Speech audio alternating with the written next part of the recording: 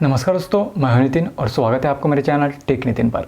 दोस्तों आज की वीडियो में हम GDS/MTS2 पोस्टमैन/मेल गार्ड जो डिपार्टमेंटल एग्जाम होती है डिपार्टमेंट ऑफ पोस्ट में, उसका कोर्स आज से हम स्टार्ट करने जा रहे हैं। और ये फ्री कोर्स है, किसी भी तरह की फ़ी या फिर कोई भी पैसा आपको देने की ज़रूरत नहीं है। कंप्लीट कोर्स आपको यूट्यूब पे अवेलेबल रहेगा। हमारे चैनल पे एक प्लेलिस्ट मैं बना दूंगा, जैसे जैसे वीडियोस हम बनाते जाएंगे आगे तो सारे वीडियोस एक जगह पे दिखे, इसलिए मैं एक प्लेलिस्ट बनाऊंगा और वहाँ से आप सारी वीडियोस को एक्सेस कर सकते हो।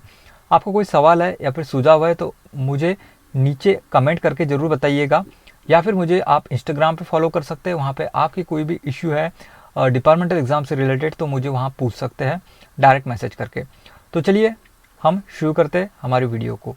दोस्तों, वीडियो शुरू करने से पहले आप नए होंगे मेरे चैनल पे तो चैनल को जरूर सब्सक्राइब कीजिए, साथ ही साथ बेल नोटिफिकेशन आइकन भी प्रेस कीजिए ताकि आने वाले वीडियोस की नोटिफिकेशन आपको मिलती रहे।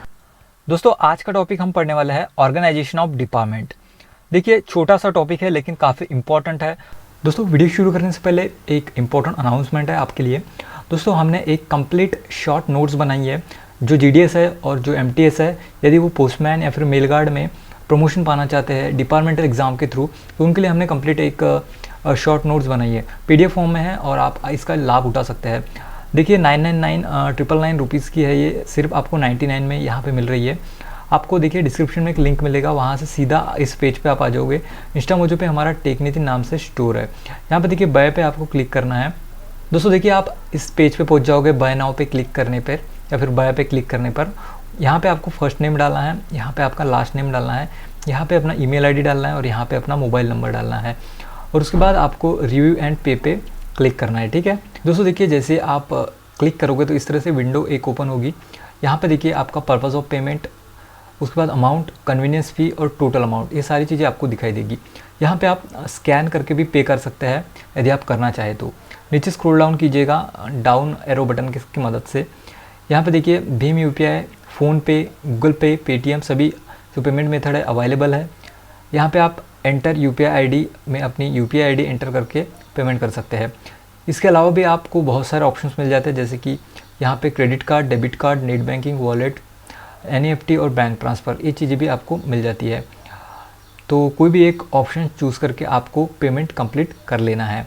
दोस्तों जैसे ही आपका पेमेंट यहाँ पे कंप्लीट होगा, इस तरह से PDF आपको डाउनलोड करने के लिए मिल जाएगी। दोस्तों आपको ऑर्गेनाइजेशन जो डिपार्टमेंट की होती है वो समझना काफ़ी ज़रूरी है, क्योंकि देखिए जब आप काम करते हैं रियल में, भले आपको इसका बहुत कम काम आता होगा जब आप रियल में काम करते हैं, बट आपको ये पता होना चाहिए क्योंकि आप जो है डिपार्टमेंट ऑफ पोस्ट में काम कर रहे हैं, तो आपको ये बेसिक नॉलेज जो है रहना काफ़ी ज़रूरी है।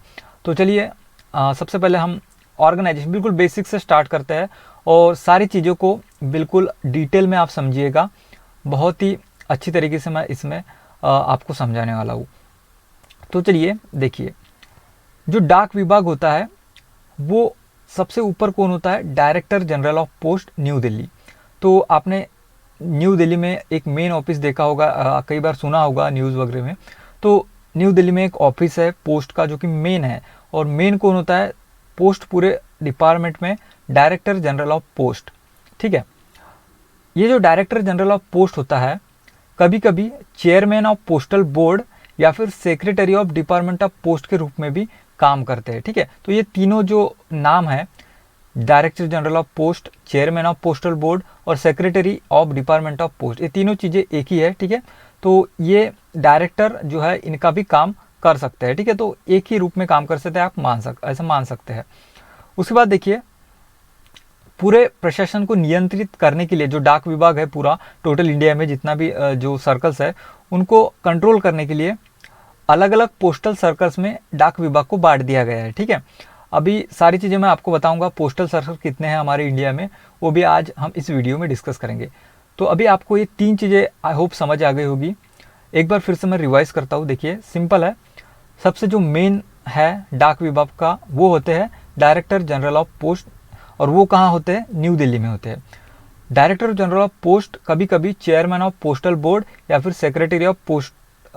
Secretary of department of post के रूप में भी काम करते हैं।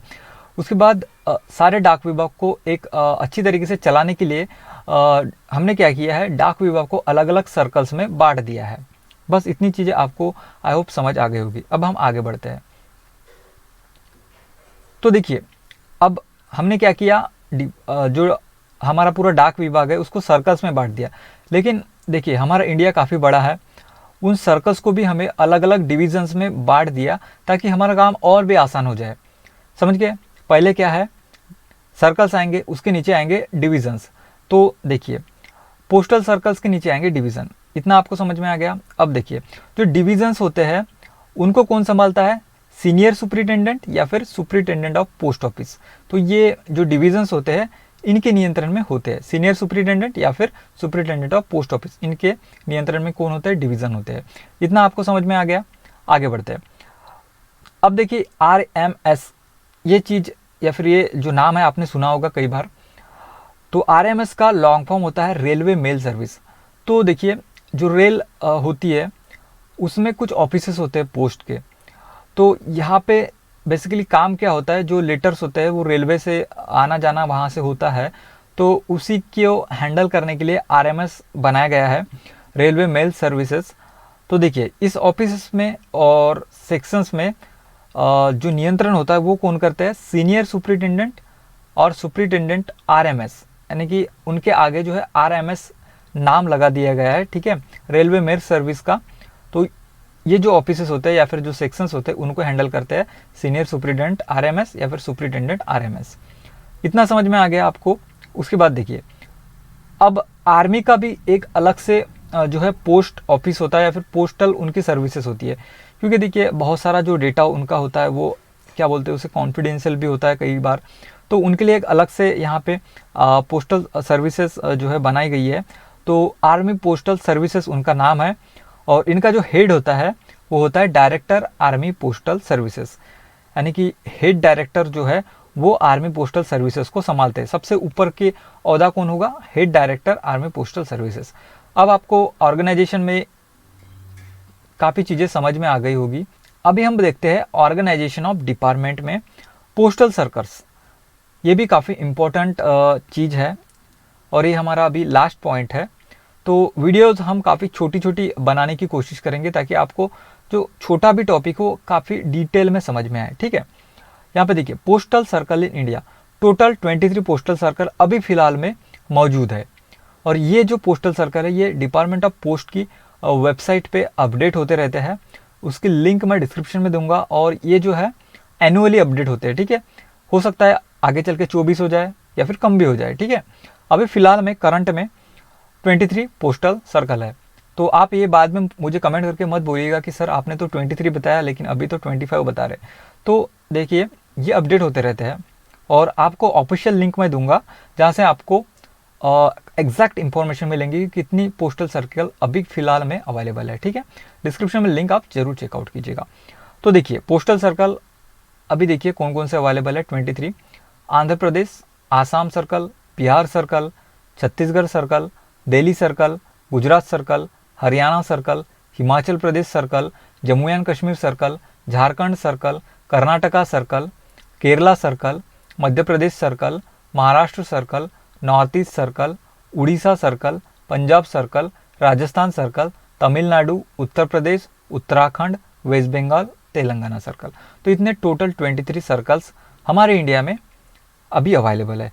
और देखिए, जैसे कि हमने बताया था, सर्कल्स को हमने डिवीज़न में बांट दिया है। तो इनके अंदर भी कुछ डिविजन्स होंगे जिनको कौन संभालता है, सुपरिटेंडेंट, ठीक है, सीनियर सुपरिटेंडेंट, सुपरिटेंडेंट।